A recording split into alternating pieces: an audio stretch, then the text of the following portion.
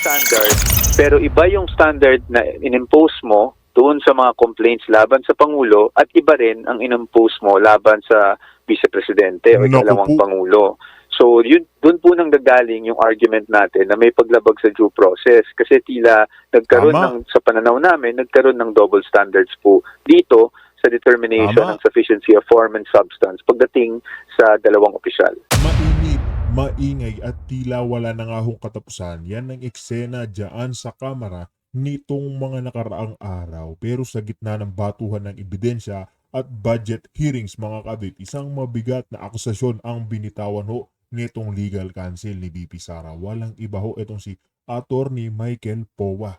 Double standard yung mga kongresista. Ayon ho kasi sa kanya mga kabita, ang karapatan ho ni VP Sara sa due process ay tila nayukaran na o parang tinukuran na ho mga ka-update.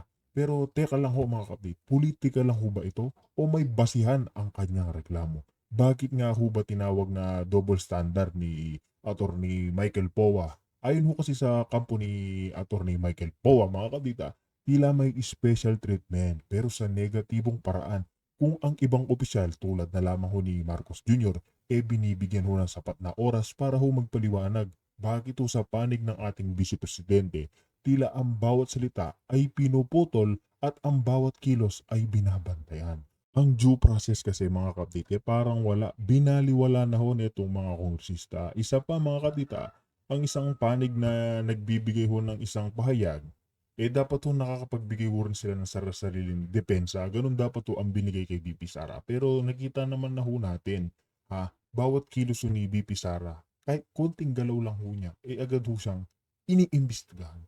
Naghahanap po ba tayo ng katotohanan o naghahanap lang tayo ng mapagbibintangan? Yan ho yung malaking katanungan netong legal counsel ni VP Sara. Sa kabilang banta mga kapita, sasabihin ho ng kamera, hindi ho kamera mga kapita, kamera, overfunction site lang ito. Trabaho ho nilang busisiin ang bawat piso ng kaban ng bayan at sa mga mata ng publiko. Ang transparency kasi mga kapita ay hindi ho dapat itinuturing na paglabag sa karapatan. Pero ang tanong na nakararami, pareho ba ang timbangan para sa lahat? Bakit pagdating sa Marcos Jr. mga kapatid, wala ho silang sinasabi? Automatic insufficient. Ang dami hong ebidensya, nakita naman na ho natin, bilyon-bilyon, trilyon-trilyon ho ninanakaw. Bakit hindi ho siya ini-impeach? Yan ho yung malaking katanungan. Bakit pagdating dito sa ating Vice Presidenteng si Sara Duterte mga kapatid, ang dami ho nilang binabato. Kaya sa dulo ng araw mga kapatid, ang batas ay dapat maging, alam niya na, maging totoo.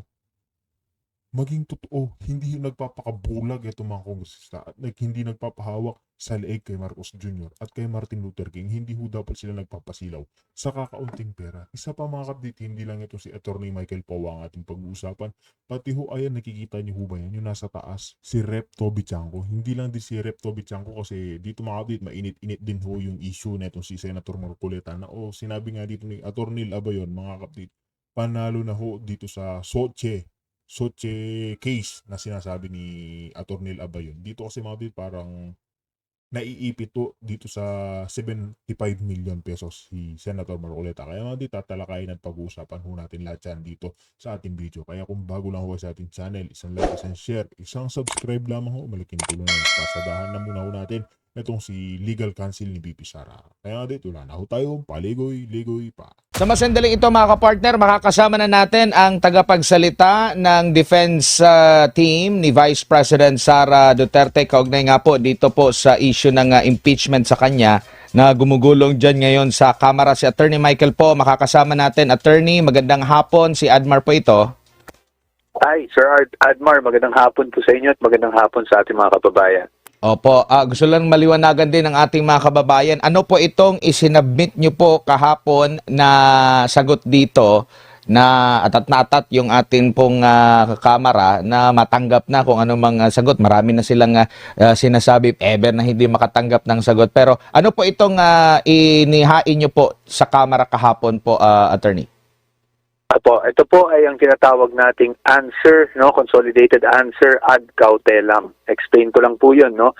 Kaya po siya ad cautelam dahil bagamat tayo ay nirerespeto natin yung prosesong ginagawa sa Committee on Justice, hindi pa rin natin wini-waive yung ating mga karapatan upang questionin yung validity ng mga proceedings na nangyayari dyan. Kaya po ad cautelam.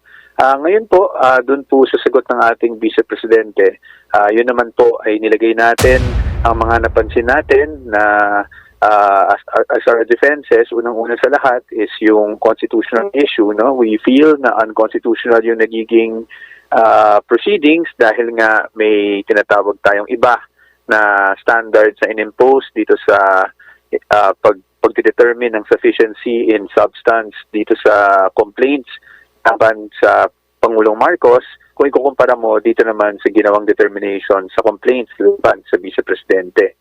Yan po ang isang main argument natin. The other argument, yung sinasabi natin, wala pong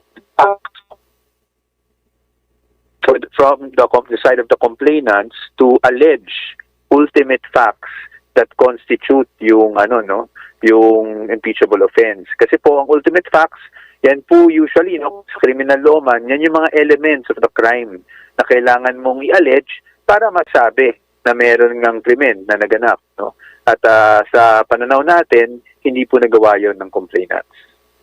Kumbaga doon po sa mga pahayag ng complainants, doon po sa naging pagdinig doon sa House Committee on Justice, walang bago, nirecycle lang yung unang mga akusasyon, attorney. Well, karamihan naman po ay talagang nirecycle lang. Although sa pananaw natin, wala namang problema doon kung nirecycle lang. Ang nagiging problema lang talaga is if you read the complaints, no? Talagang failure to allege yung facts na talagang may impeachable offense. Ang nakakatawa ho dito mga ka-update, bakit si BP Sara tinataningan ho nila ng, yan katulad niyan, bago ho siya, binigyan ho siya ng, kung hindi tayo nagkakamali, 15 days para sumagot. Yan mga ka-update, nagbigay ho ng kasagutan ito si legal counsel, Michael Powa patungkol ho dyan sa nirereklamong impeachment complaint dito kay BP Sara. Ngayon sumagot ho ng ad cautelam mga ka-update. Bakit po insufficient pa rin ho yung inilalatag na, alam niyo na, impeachment kay BP Sara? Ito ho yung malaking kasagutan dyan, mga kapdita. Kaya pilit ho nilang ini-impeach si BP Sara. Kasi nga mga kapdita, malapit na ho yung 2028 presidential election. Kasi itong mga kongresistang yan, mga kapdita, karamihan, halos sa mga kongresista, mga kapdita, tumanggap ng maleta. At panigurado mga kapdita, babalikan ho ni BP Sara yung mga nangnakaw ng urap sa kabanho ng bayan. 100%. Kaya tingnan nyo ha, gigil na gigil ho sila si Luis Tro, sila Chua dyan sa hearing kahapon sa committee. Di ba? Gigil na gigil ho sila. Ano yung ebidensya ho nila? Wala ho silang malakas na ebidensya.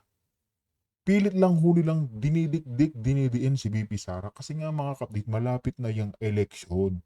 2 taon na lang ho. 2 taon na lang ho. Kaya itong pagbanat nito si Michael Powa, legal counsel, attorney Michael Powa, mga kapatid, mas mabubutata ho itong mga kongresistang kurap, mga magnanakaw. Di ba? Di ba? Yung Pangulo. Opo, attorney? Hello? Opo, medyo pumapangit po kasi yung ating signal. Next question ko lang po is, meron po kayong nabanggit dito po sa number 19, na sinasabi nyong lumabag sa due process. Alin po, ano po ang nakikita ninyong paglabag doon sa proseso po dito sa pagdinig sa sa impeachment?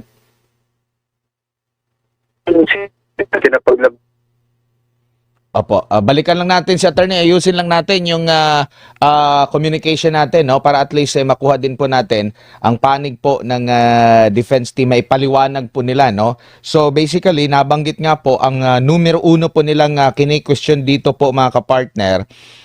Sabi rito, no different from the 2025 articles of impeachment filed against respondent before the Senate and declared void ab initio by the Supreme Court in Duterte versus House of Representatives. These impeachment complaints must be dismissed po, no? So, yan po ang next question ko kasi is sabi rin dito nila, the impeachment proceedings violate right to due process No, the impeachment process is primarily a legal and constitutional procedure, but with political characteristic. It may be, but not is purely political proceeding. That this means that the Bill of Rights, especially due process clause, and the right to speedy disposition of the cases applies to the entire impeachment process. Para at least may paliwanag natin, no? Doon po sa due process na kini-question nyo po, maaari nyo po bang maipaliwanag bakit nalabag ang karapatan sa due process ng Vice Presidente? Opo, yan po yung sinasabi natin kanina na double standards. No? Kasi po, ang nangyari po talaga, gilinawin ko lang, hindi naman natin kino-question kung ano man yung standards na i-impose ng committee. No? That is within their wisdom. Ang sabi lang natin na paglabag ng due process ay pag meron kang standard, pero iba yung standard na in-impose mo doon sa mga complaints laban sa Pangulo at iba rin ang in-impose mo laban sa Vice Presidente o ikalawang Pangulo. So, doon po nang gagaling yung argument natin na may paglabag sa due process kasi tila sa pananaw namin, nagkaroon ng double standards po dito sa determination ng sufficiency of form and substance pagdating sa dalawang opisyal. Oo, nabanggit din dito na mabilis na isinantabi ang mga mabibigat na reklamo na dito kay Vice President Sara Duterte, medyo binusisi ng husto. So dapat patas at pantay lamang po at marami. Ayan, totoo yan. Nakita naman ho natin. Ano yung binibintang laki BP Sara? Yung pag-threaten daw ni BP Sara kay Bongbong Marcos na ipapapatay niya yung 125 confidential funds. Samantalang yung presidenteng ngagba, mga ka-update, billion, trillion, meron na ho lahat, resibo, lahat, ebidensya. Pinakita ho dyan sa mababang kapulungan pero bandang huli, insufficient. Ano hong ibig sabihin? Yung mga tolongges, mga kongresista na yan, mga kabita, literal na double standards at nagiging bias po sila. Ha? Babanatan lang ho nila yung vice presidente pero yung presidenteng ngagba, sinisafety ho nila. Hanggat nakakatanggap ho sila ng mali-baleta dyan, mga kabit, hindi ho nila titigilan si BP Sara. 100% po yan. Amin din po nga nakapansin dyan, Attorney Michael Paua. Pero kumbaga, ito po ba ay maliban sa paglabag doon sa due process, mayroon pa kayong nakikitang ano rito na parang nasisilip na maliban doon sa due process na nakikita nyo pong paglabag? Well, yun po yung nasabi natin kanina, no, na nung ginagawa natin ng sagot ng Vice Presidente, napakahirap para sa kanya na sumagot dahil wala namang concrete and cohesive recital of facts para sabihin na meron siyang naging pagkakamali o pagkasala that it will rise to the level of an impeachable offense. So, sinasabi nga nila, bakit ganun? Bakit parang hindi na naman sinagot ng Vice Presidente? Well, unang-una sa lahat, no, wala nga pong recital of ultimate facts. Kaya para sa amin, sa aming pananaw, wala nga kailangan sagutin dahil hindi nga yung aligasyon ay incomplete. No? Hindi po nasasabi doon kung bakit nila, based on dun sa mga salaysay nila, bakit nila sinasabi na may impeachable offense laban sa Vice Presidente. For example, para lang klaro po yung ehemplo natin, no? Bakit ba, mga kabita, yung kay Marcos Jr. ba, yung alam niyo na, paggamit sa public funds, hindi ho ba impeachable offense yung nagawa niya? Tanong ko lang ho, yung paggamit ng Coca-Cola, may mga video, may mga skandal na lumulutang, mga ka-update, hindi ba impeachable offense ang ginawa niya? Yung pag nanakaw niya lang ho dyan sa flood control, mga ka-update, hindi pa ho ba sapat yan? Di ba? Sapat na sapat, sobra-sobra pa. Pero bakit niya siya pinoprotektaan? Maleta ho ang sagot dyan. Kasi napaka-technical ng ultimate facts, no? Mga abogado lang nakakaintindi. So, for example, meron sila doon sa isang complaint, sinasabi na doon that the Vice President committed plunder through conversation. No? May elemento po ang plunder. No? Ang mga elemento ng plunder, for example, is, syempre, sasabihin mo that she was able to amass, no, ill-gotten wealth or appropriate amounts of money for personal gain. Pero ang pagtitingnan natin yung aligasyon, kahit sabihin natin sa confidential funds, sasabihin nila, yes, may confidential funds. Yes, dinisburse yung confidential funds pero wala namang nakasaad na facts ukol sa kung paano nila nasabi na napunta sa bulsa ng Vice Presidente yung confidential funds. No? Lahat po ng mga nakasulat doon ay spekulasyon. Kung hindi man spekulasyon, ay conclusions of law and fact or self-serving conjectures. Kaya po yan po ang sinasabi namin na parang kulang, kumbaga, ang naging recital of facts. Kaya napakahirap para sagutin yan dahil wala dapat tayong sagutin dahil hindi naman kompleto yung aligasyon, kumbaga.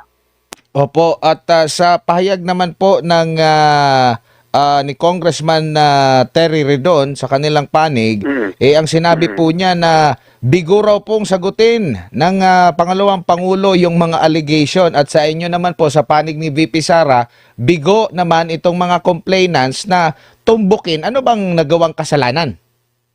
Eksakto po. Well, unang-una sa lahat, respeto pa rin po natin no, ang opinion ng lahat ng ating mga lawmakers at bumubuo ng Kamara Representante. Pero yun po ang pananaw namin na bigo po silang matukoy kung ano ba talaga yung ginawa niyang mga mali o mga acts na sabing naging impeachable offense na ang mga ito. Nabanggit niyo rin po dito yung issue po kay Ramil Madriaga, yung nagpapakilala na associated sa pangalawang Pangulo na ito'y sa kabila po ng mga previous na mga pahayag like kagaya doon sa pagbisita. No, sinasabi nilang binisita daw ni Vice President Sara Duterte, pero sabi naman po ng DILG na walang nangyari, iba yung binisita raw, wala namang CCTV. Tapos yung threat naman, kahit na sinabi ng BJMP, ay hindi, nagkaano lang ito, nagkabanggaan habang nagpapainin sila ng araw, nagkabanggaan, masama yung tingin, doon lang nagumpisa. Parang pinapalaki nila yung issue at hindi nila pinapakinggan yung side din naman ng ng authority din po, attorney. Opo, well, doon po sa sinasabing threat, I don't want to comment on that and I don't want to speculate, no? Kasi hindi ko talaga alam yung facts na nangyari dyan sa threat. At tayo naman din po, gusto din naman natin na sana ay safe, no? Lahat ng tao, including si Mr. Madriaga, lalong-lalo na gusto po nating makross-examine kung ito'y magtuloy-tuloy sa Senado, gusto po nating makross-examine si Mr. Madriaga para po mapatunayan namin na wala pong katotohanan yung mga sinasabi niya laban sa Vice Presidente sa kanyang affidavit. Pangalawa, Mahirap dyan mga kabit, di ba sinasabi niya to si Madriaga, bagman daw ho siya ni BP Sara. Etong nakakatawa dyan, sinabi tinetreat daw ho yung buhay niya. Oras na alam niyo na mga kabit, kasi panigurado yung magpapagawa niyan. Yung mga nasa taas diyan sa gobyerno, pwedeng si BBM, hindi ho natin maituturo kung sino pero panigurado, oras na mapatahimik ngayon si Madriaga, pinaligpit na ho yan mismo sa loob ng gobyerno para hindi na ho tumistigo diyan sa Senado o kaya sa Kongreso. pag titingnan natin yung affidavit niya, talagang unsubstantiated po yung mga claims niya, no? Wala pong mga attachments, walang kahit ano nagpapatunay dun sa mga naging pahayag niya at salaysay niya sa kanyang affidavit. So sa atin, no, nakita naman natin, nag-file na ng kaso na perjury ang Vice Presidente laban sa kanya. So gusto din naman natin na safe po siya para ngayon ay mapakita natin sa taong bayan na pawang kasinungalingan yung mga sinasabi niyang naging koneksyon niya, relasyon o anumang trabaho ang ginawa niya para sa Vice Presidente. Opo, mayroon po unang pahayag ang pangalawang Pangulo na fishing expedition lamang po dahil hindi nga tumbok, no? After sakali man po, no, kasi meron din silang request din po, no, na merong ipasubpina na mga dokumento. Sakali pong umusad at same pa rin na senaryo noong naghain sila. Kumbaga, una muna, nakikita nyo po rin po ba na magkakaroon pa ng patas sa hinaharap dyan muna sa Kamara at if ever naman po na umusad, aprubahan ng nakararaming mga kongresista yung impeachment, muli po ba kayong dudulog sa Supreme Court ukol dito? Unang-una sa lahat, bilang abogado, Admar, I would like to trust the process pa rin, no? So, sa ngayon, despite statements being said that might seem bias or meron ng partiality, para sa akin, we need to trust the process and we need to give our lawmakers at lahat ng miyembro ng Committee on Justice and even plenary the benefit of the doubt, no, that they will be voting based on evidence, based on conscience, no. So sa atin ayoko pong mag-cast ng any aspersions, no, laban sa ating mga lawmakers. Pero handa naman tayo kung sakaling dumating to sa punto, pupunta tayo sa Senado para sa isang trial. Dahil doon naman talagang labanan po nito, no, sa Senado. Ngayon po, pagdating naman sa issue kung may idudulong tayo sa Supreme Court, hindi pa po, of course, that's always a possibility, pero wala pa po ako masasabing definite sa ngayon. Siguro malalaman na lang natin kung makapag-desisyon talaga kami na merong talagang malaking bagay na dapat idulong sa Supreme Court, gagawin po natin. Doon naman po sa mga sinasabing mag-issue ng subpoena, yan naman po ay may powers under the rules ng House, no? May powers mag-issue ng subpoena. Pero kung naayon man o hindi sa batas yung subpoena, yan po ang titingnan naming mga abogado ng ating ikalawang Pangulo. Titingnan natin kung tama ba yung laman ng subpoena, titingnan natin kung naayon sa batas, at titingnan natin kung wala namang karapatan ng ikalawang Pangulo ang kumbaga in English ay nai-infringe, no? Dahil dito sa mga subpoena na to. But right now, I don't want to speculate. Masyado pang maaga kasi wala pa namang subpoena na ni-issue, and I don't want to cast any aspersions against the Committee on Justice. Opo, after po nitong inyo pong pag-submit, ano pang inaasahan ninyo na hihilingin ng Kamara po sa inyo after dito? Pahaharapin na po ba? O ano pa ang ine-expect nyo po, Attorney? May mga narinig ako na magkakaroon ng mga hearings, magkakaroon daw ng mini-trial. Although, siyempre po, ang posisyon natin ay hindi mini-trial yan. Kasi under the rules, ang mga abogado ng vice-presidente hindi pwede mag-cross-examine, no? So, sa amin, hindi yan mini-trial. Ang trial talaga ay nasa Senado. Dahil sila naman ang talagang impeachment court, no? So, abangan lang natin ang mga pangyayari. Kami naman po, nakasubaybay din kami sa mga developments. Siguraduhin lang natin na maprotektahan natin ang mga karapatan ng Vice Presidente. Opo, dito po sa complaints na umusad po, wala naman po kayong pag-question, lalo na yung doon sa issue ng one-year bar rule? Sa ngayon po, of course, those things are always on the table, pero sa ngayon po, wala pa po kaming planong idulong. Yan po ay mga bagay na i-monitor muna natin, and if there's a need, of course, as lawyers, we will be the ones to advise the Vice President kung may kailangan man tayong idulong. Opo, siguro bilang panghuli na lang po, Attorney, mensahe nyo na lang po, lalo na po sa mga naniniwala, nagtitiwala, mga supporter po ni Vice President Sara Duterte na naririnig nila itong mga issue pong ito, nagaganap ngayon sa gitna po ng krisis na kinakaharap ng ating bansa po. Opo, maraming salamat po. No, unang-una sa lahat, nagpapasalamat po kami. Kahit po kami ay mga abogado lamang ng ating Vice President Sara Duterte, nagpapasalamat po kami sa lahat ng suporta na ibinibigay niyo sa kanya.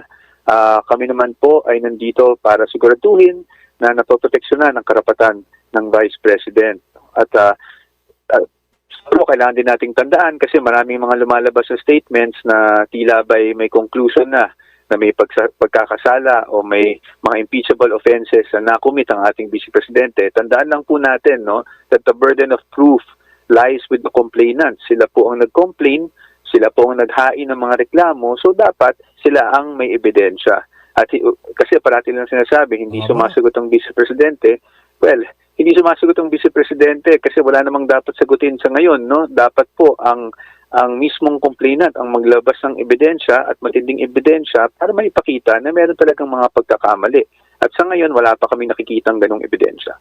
At ang aligasyon, hindi na ibig sabihin katotohanan, lalo na kung walang ebidensya po, Attorney.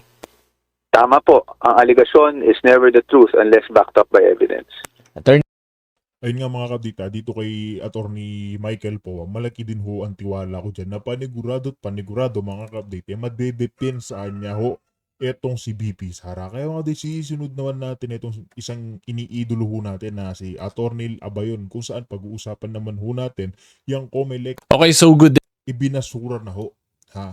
Eto ho mga ka-update, para ho mas malinawan ho tayo. Binasura na ho yung ini-issue kay Kung Dante Marcoleta, kung hindi tayo nagkakamali, 75 million daw na suhol sa kanya. Ito nga dito, rekta na rin ho tayo dito. May fellow taong bayan, mga Kasimor, at ngayon po pag-usapan lang natin yung latest developments po sa SOSE case ni Senator Marcoleta that is currently pending in the Commission on Elections. Okay, so as of March 15, 2026, ang sinabi po kasi ng COMELEC ay mag-i-issue sila ng decision on Redante Marcoleta SOSE case on Wednesday.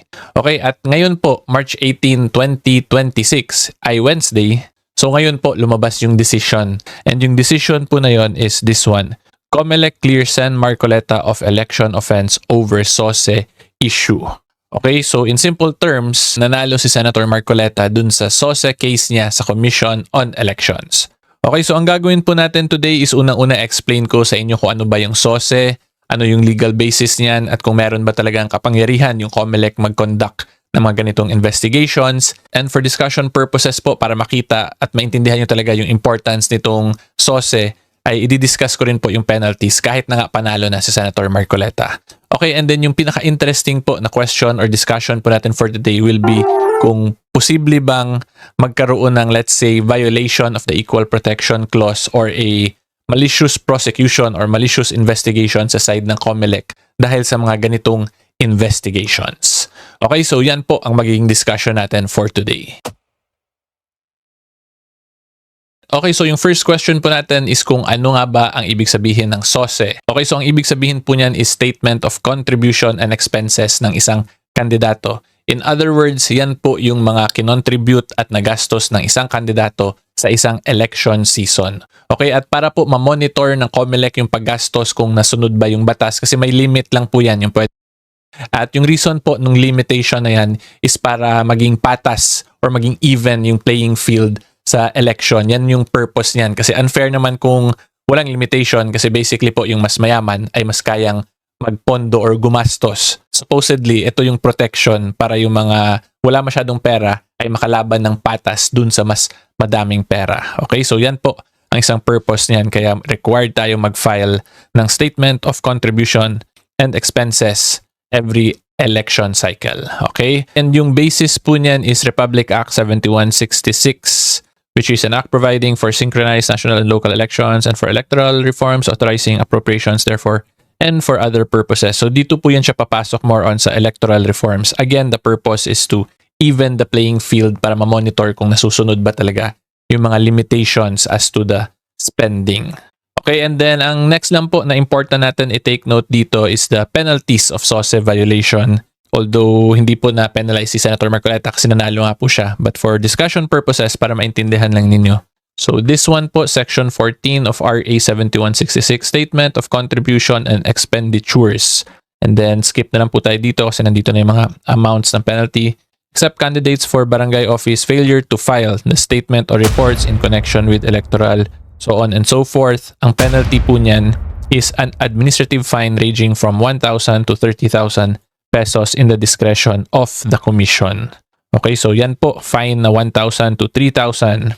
And then yung next po, kung makikita nyo dito sa last paragraph, for the commission of a second or subsequent offense, tumataas po yung fine from 2 to 60,000 pesos. At yung pinakamabigat po, in addition, shall be subject to perpetual disqualification to hold public office, yung offender.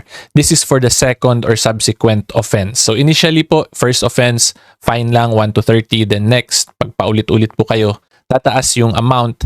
Tapos pwede rin po kayo magkaroon ng perpetual disqualification. So kung makita ninyo, mabigat din po talaga yung penalty ng violation sa mga ganitong cases. Okay? Pero ang isa po ninyong kailangan tandaan is that in cases of SOSE, this is what we call an administrative case po. Kaya nga kung makita nyo dito, ang nakalagay is administrative fine lang. Hindi po siya criminal in nature, so wala po siyang kulong. So ang tinitingnan lang po dyan ng court ay kung nasusunod nga yung mga regulations na pinoprovide nila. So again, ang purpose nito is to set the limits nung campaign spending. So dapat pasok or within the limits lang yung ginagamit or ginagastos po ng isang kandidatong pera during elections. And the reason nga po is para maging even yung playing field theoretically. Okay, so emphasize ko lang yung theoretically kasi I'm sure alam naman natin yung reality of things when it comes to election, di ba? So more on that po later, i-explain ko rin kung bakit nga ba nagkakagulo na yung bansa natin when it comes to election spending, premature campaigning. And meron po kasing Supreme Court case regarding that. But that will be later na po sa may dulo kasi related yun sa actual decision. Okay, so yan po ang pinaka-basics talaga ng SOSE. It is an administrative case. Wala pong kulong. Ang purpose lang yan is to check nga kung nasusunod yung batas. Pero despite it being an administrative case, pag repeat offender po kayo, you can be subjected to perpetual disqualification. Okay?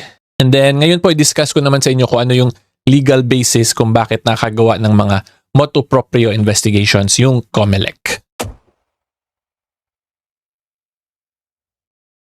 Okay, so quick break lang po, my fellow taong bayan, mga ka-Seymour, at gusto ko lang po kayo pasalamatan kasi we have recently crossed po 390,000 na po tayo na subscribers sa YouTube. Parang kailan lang po, nasa 380 tayo, no? Yung reminders ko pa ulit-ulit 380. So maraming salamat po sa inyong lahat na nakasubscribe, and of course, thank you in advance sa mga magsasubscribe pa lang po. And then tandaan po ninyo, pag sa YouTube po kayo magsasubscribe, 100% libre po. Basta sa YouTube yon. Okay, so hopefully po you can consider subscribing sa YouTube, and of course, i-like din po mismo itong video na to. Ngayon, tuloy po tayo sa discussion. So dito po kasi, this is the actual decision po anong sa SOSE case ni Senator Marcoleta. Although hindi ko pa po makita yung actual full text nito, ang meron lang tayo is yung front page and then yung page 6 or yung dispositive portion na kung ano yung, kung saan nakalagay yung actual decision na main decision. Wala pa yung mga explanations talaga. Okay? But anyway, going back, ang gusto ko lang ipakita sa inyo dito is this one. They have the authority to conduct motu proprio investigation in relation to SOSE cases. And then nakalagay nga rin po dito, SOSE of candidates is purely administrative. And I explained this already previously, di ba? So anyway, you may read this but I will continue explaining.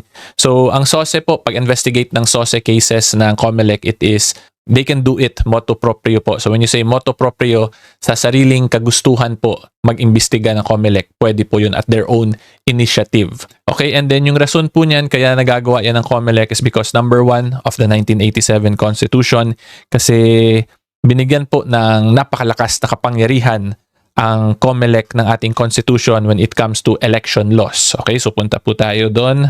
So this one po is Article 9, Constitutional Commissions, and then punta lang po tayo dito sa letter C, the Commission on Elections. Okay?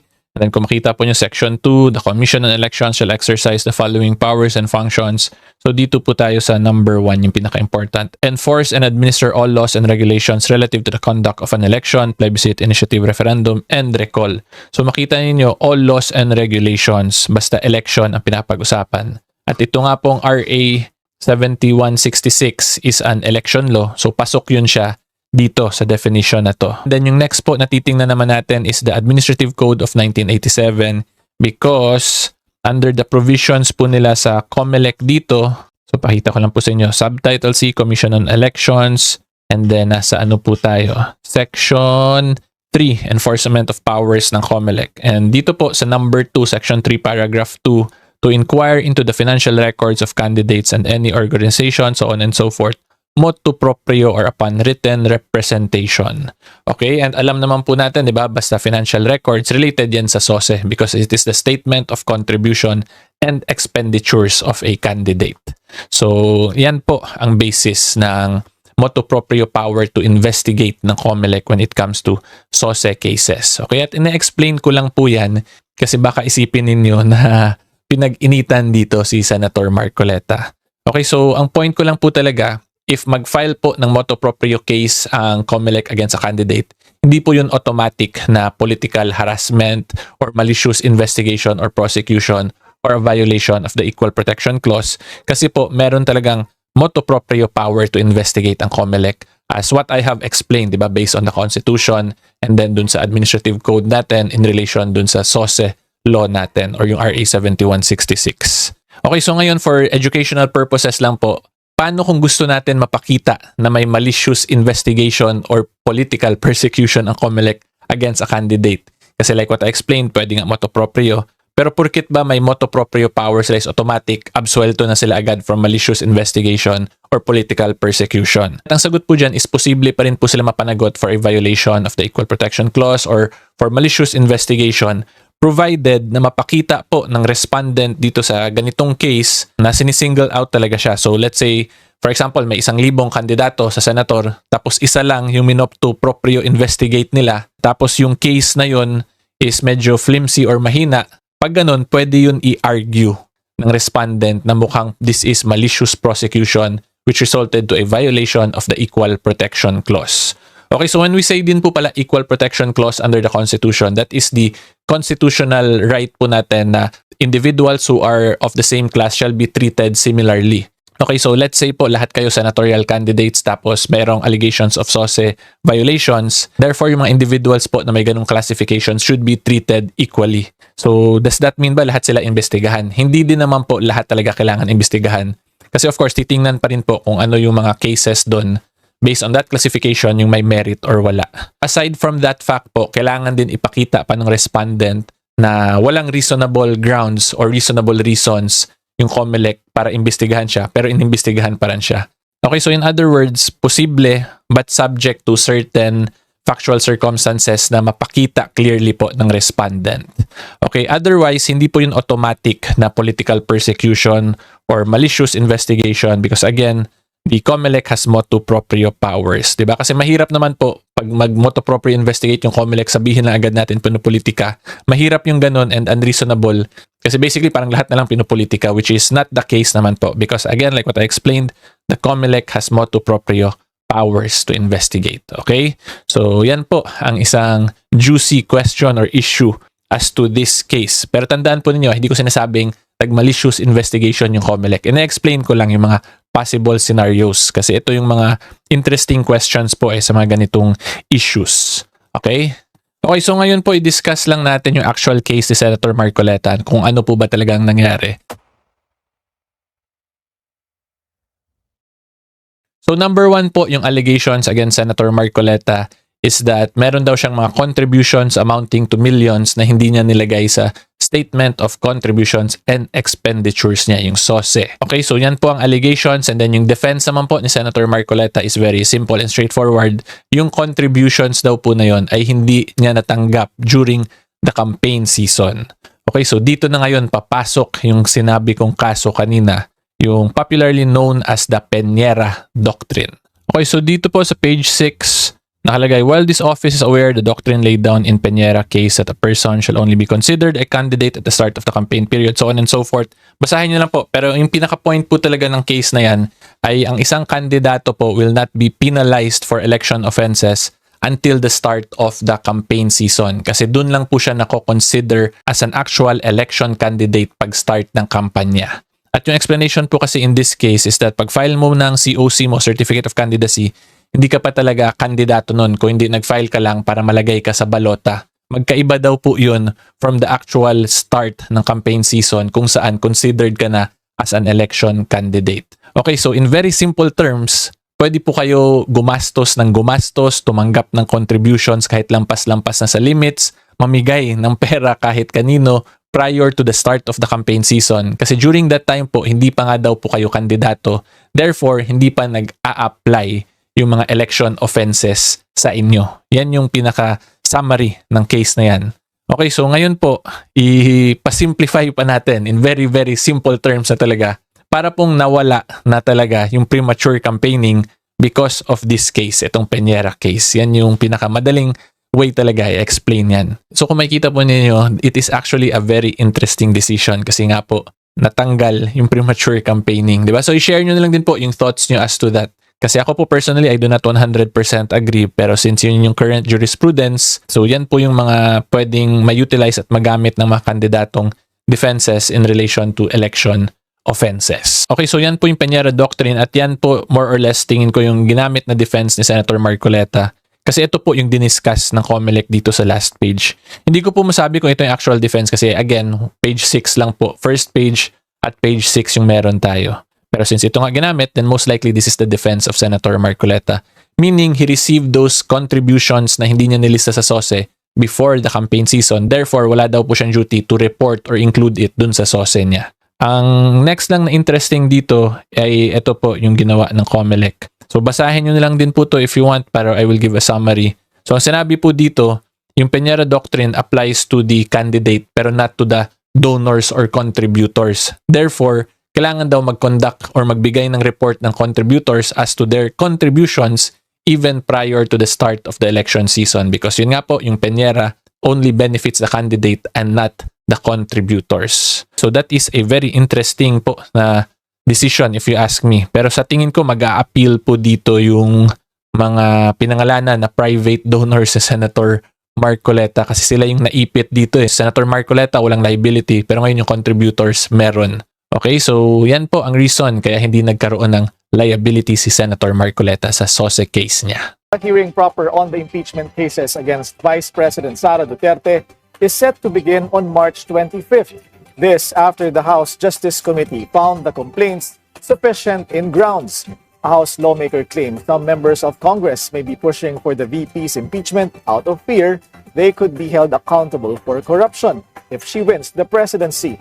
What's really going on behind the scenes? Let's get on point with Nabota City Representative Toby Tiangco.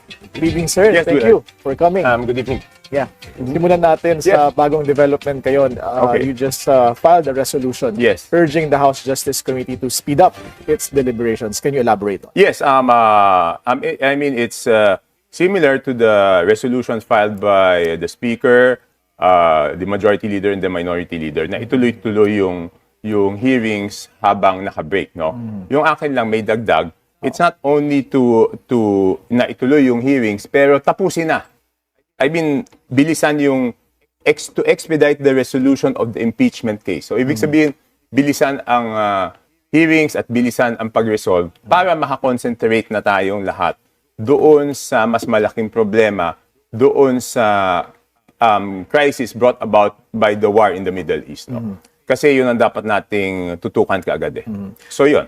Kumbaga ngayon, kung hindi pa sapat yung pagpasa doon sa emergency powers para tapyasan ang excise tax, hindi pa yun sapat. Kumbaga may kailangan pang gawin. Hindi pa eh. Because first of all, ang final ko doon is yung VAT, no? Yung sa proposal ko, VAT ang pinapatanggal ko because yung VAT lumalaki habang tumataas yung presyo ng crudo, di ba? Kung 50 pesos, 12% of 50 pesos is 6 pesos. 12% of 100 pesos is 12 pesos, di ba? So, hindi katulad ng excise tax, kahit anong presyo ng fuel, I'm referring to diesel, ay 6 pesos siya, di ba? Pero ang decision nun is excise tax. So, I supported the excise tax. Ang panawagan ko lang is, kung kulang pa yung excise tax para ma-stabilize o hindi masyadong malaki yung epekto sa ating mga kababayan, sana wag namin maging sarado yung isipan doon sa VAT, no? And tomorrow I'll be filing sa ngayon ang title nito is Economic Relief Act, no? This is to help our mga kababayan doon sa nakikita na natin magiging problema kasi pag tumaas yung presyo ng fuel, tataas presyo ng pagkain, pag tumaas presyo ng pagkain, lahat tataas yung presyo ng transportasyon, lahat yan tataas, no? So, dapat matulungan yung ating mga kababayan. Fina-finalize ko lang talaga yung mga no. Do you also find the need to hold a special session during the Holy Week break para pag-usapan itong mga proposed legislation to address the crisis? Sana, no? Because nataon yung crisis doon sa break. So, mas mabuti kung kinakailangan na mag-hold kami ng special session. Wala namang problema doon. Tungo naman tayo kung doon sa mga impeachment matters, Yes. no, relative to the complaints against Vice President Sara Duterte. And you said you are 1,000,000% sure that if VP Sara wins the presidency, she will surely hold perpetrators of the flood control scandal accountable. What made you say so? Okay, una liwanagin natin, no? I respect that there are yung mga may mga nag-file diyan at nag-endorse na talagang it's out of principles, no? Yung Makabayan Doc, I don't think they have any hidden agenda. It's out of principles. Yung grupo nila Congresswoman Laila de Lima, Shell Diokno, Akbayan, I believe it's out of principles. Yung grupo ni Kiko D, naniniwala ako, out of principle doon. Pero sa likod ng prinsipyong yon, may mga nagtatago na talagang takot na takot lang sila na maging presidente si Vice President Sara because kung ngayon hindi pa sila napapanagot, iniisip nila na pag nanalo si VP Sara, hindi na sila makaka-escape from accountability, you know. So I was saying, I'm so sure that she will hold them accountable because in the first place, she was the very first one who said, di ba, na only two people are in charge of the budget. It's Martin Romualdez and Saldico, which is proven to be correct later on, na talagang sila yung nagmamanipula ng budget. No?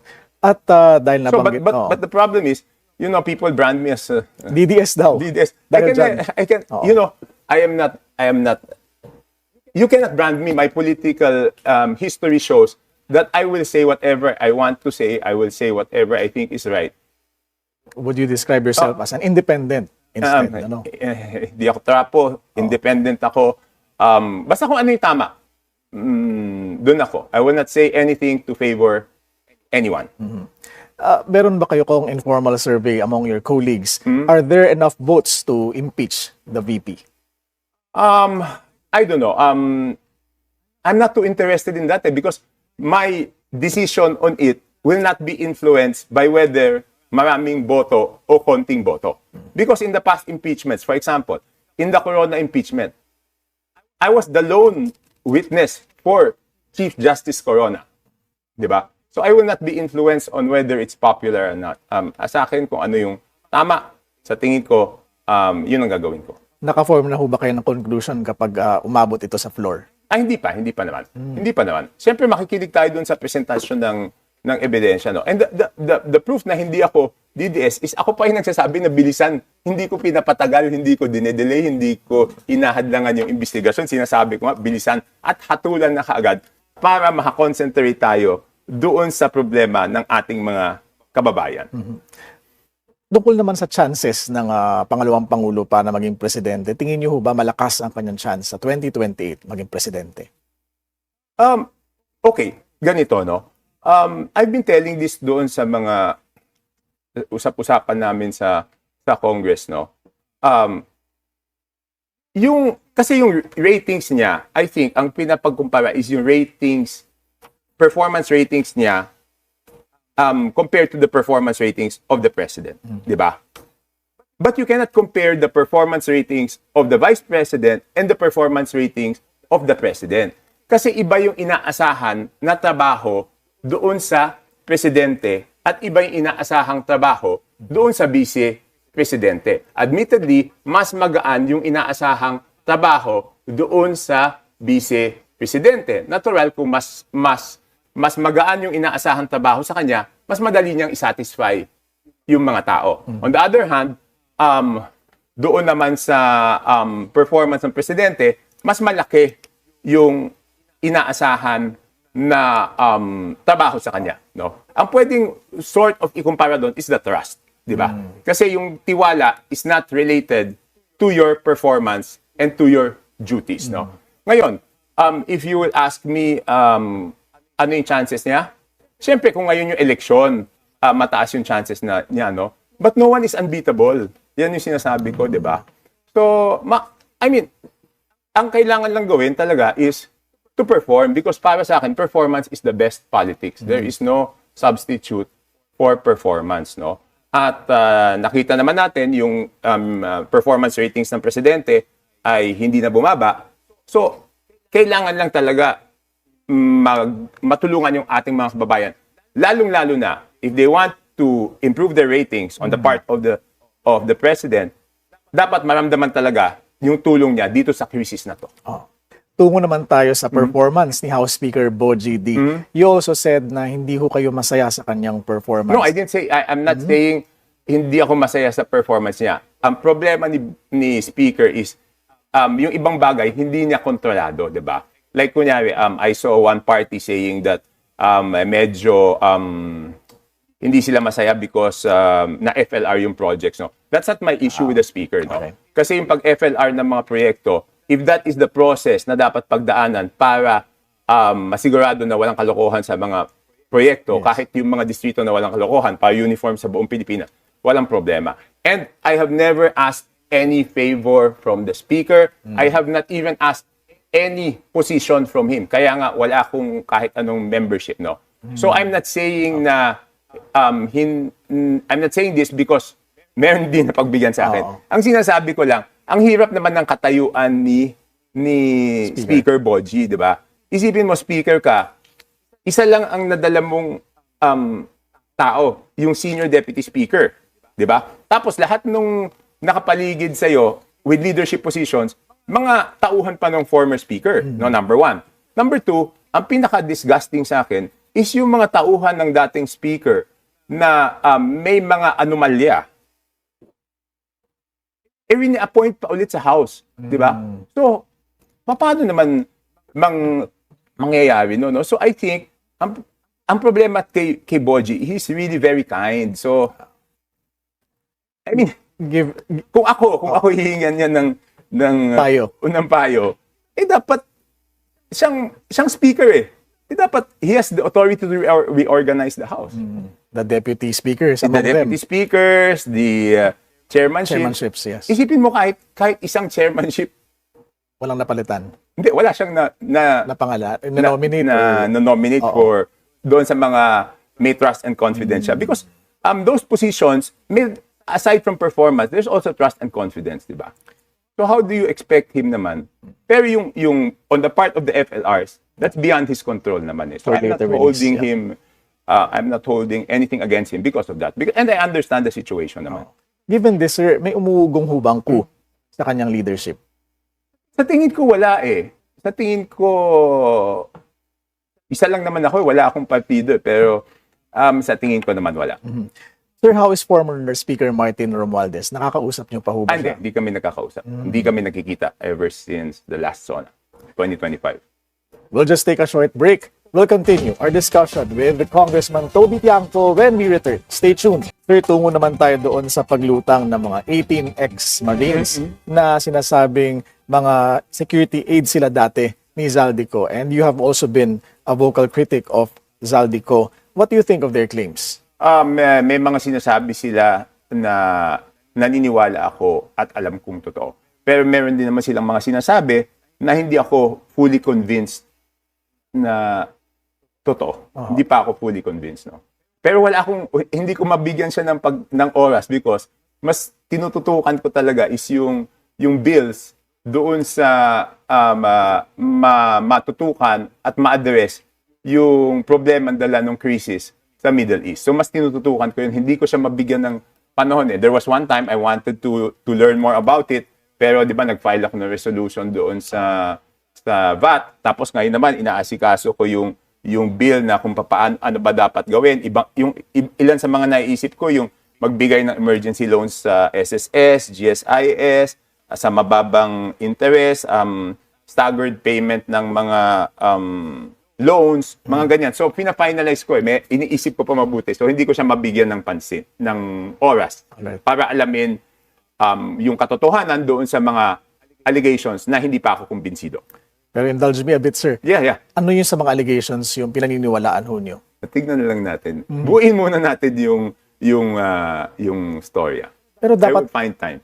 dapat ho bang buksan ng Blue Ribbon Committee ng Senado yung kanilang pinto sa kanilang testimonya? I cannot comment on that, Willard, out of respect for the institution of the Senate. It is within their wisdom to decide whether they want to invite them or not. In the same manner, pinag-iisipan ko nga kung magpa-file ako ng resolution na sila ay imbitahan sa House of Representatives. Kaya lang nga, bago ako mag-file ng resolution, kailangan munang siguraduhin na yung mga bagay na duda ko, ma-convince muna ako na totoo, di ba? Kung hindi ako ma-convince, hindi ko ma-file yung resolution na yan. Ang sinasabi kasi ng kampo nila, dapat imbestigahan sina former House Speaker Martin Romualdez, Zaldico. Bakit daw sila ang tinututukan ng definitely. bodies? That is my frustration, no? That is my frustration. That is my disappointment. Na wala pang nakakasuhan na big fish ngayon, no? And I think I was criticized yesterday about that. Na dahil daw sinabi kong disappointed ako at frustrated ako at disgusted ako, anti-BBM naman daw ako. Diba? So, hindi ganun eh.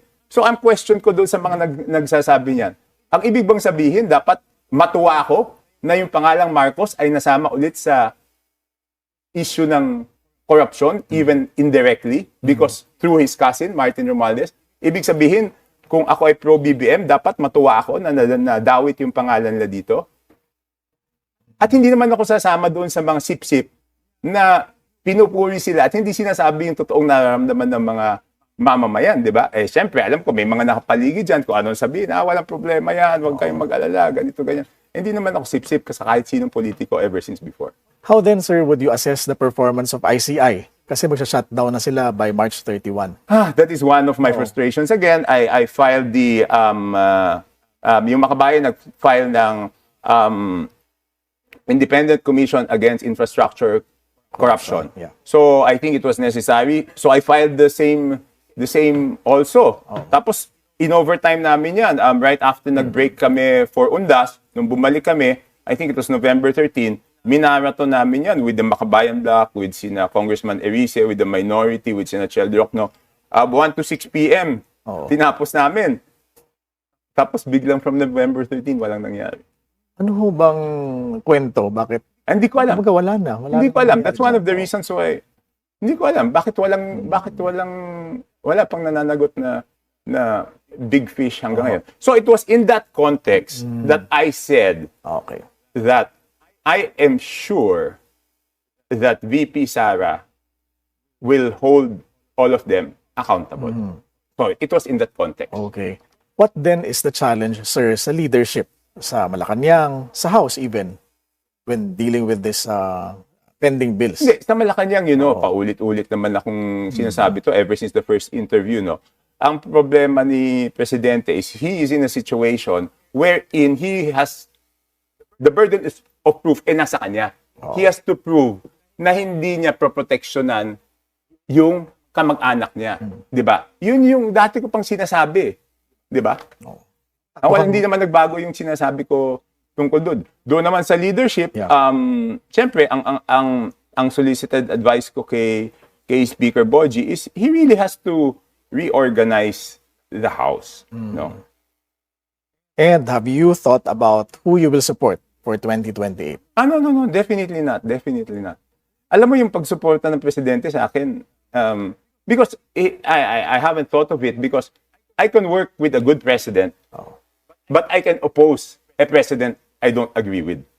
So, kahit sino manalo, walang problema sa akin at hindi ko problemahin.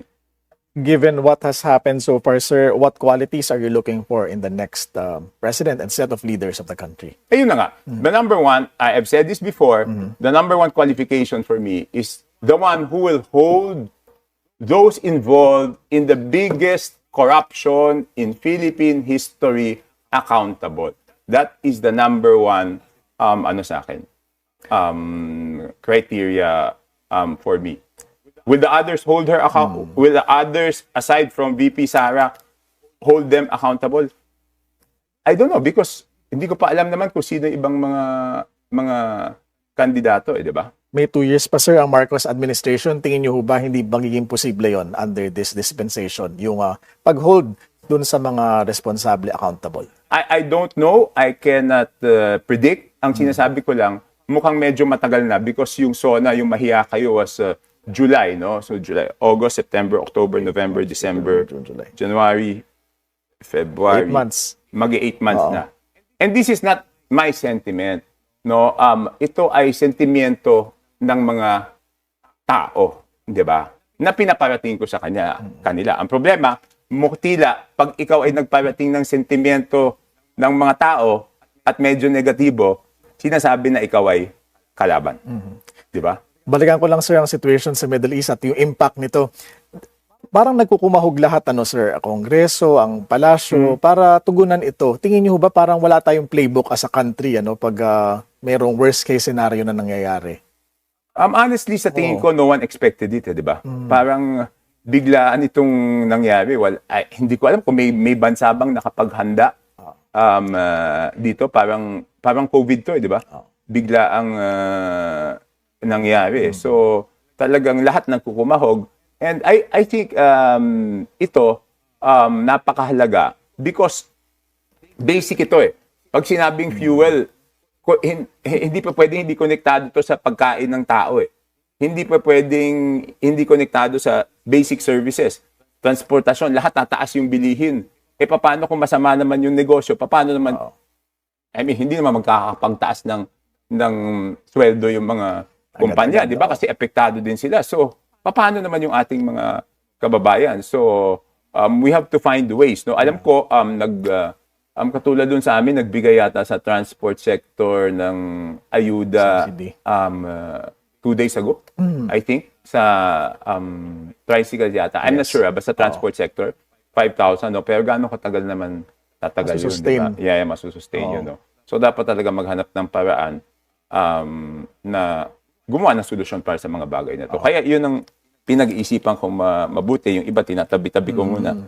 Mag-isip tayo ng magandang batas para maibsan yung ano. And para hindi ang akin, ang pinag-aaralan ko mabuti, do we have enough laws na para hindi naman ma-take advantage, no? For example, pag tumaas yung crudo, naintindihan naman natin na kung sa world market tumaas, walang choice yung mga oil companies na itaas based on that. But how sure are we na walang unjust na pagtaas o walang taking undue advantage? Ngayon, pati doon, lalo na sa pagkain, di ba? Siyempre, baka magtaas yan later on. Paano naman natin masisigurado na hindi tinitake advantage yun? Yun yung mga importanteng mga bagay. Diyan papasok yung role ng executive, sir, no? Sa Yes. monitoring. So I'm checking if we have enough laws to give them the power to freeze the price reasonably. Alright.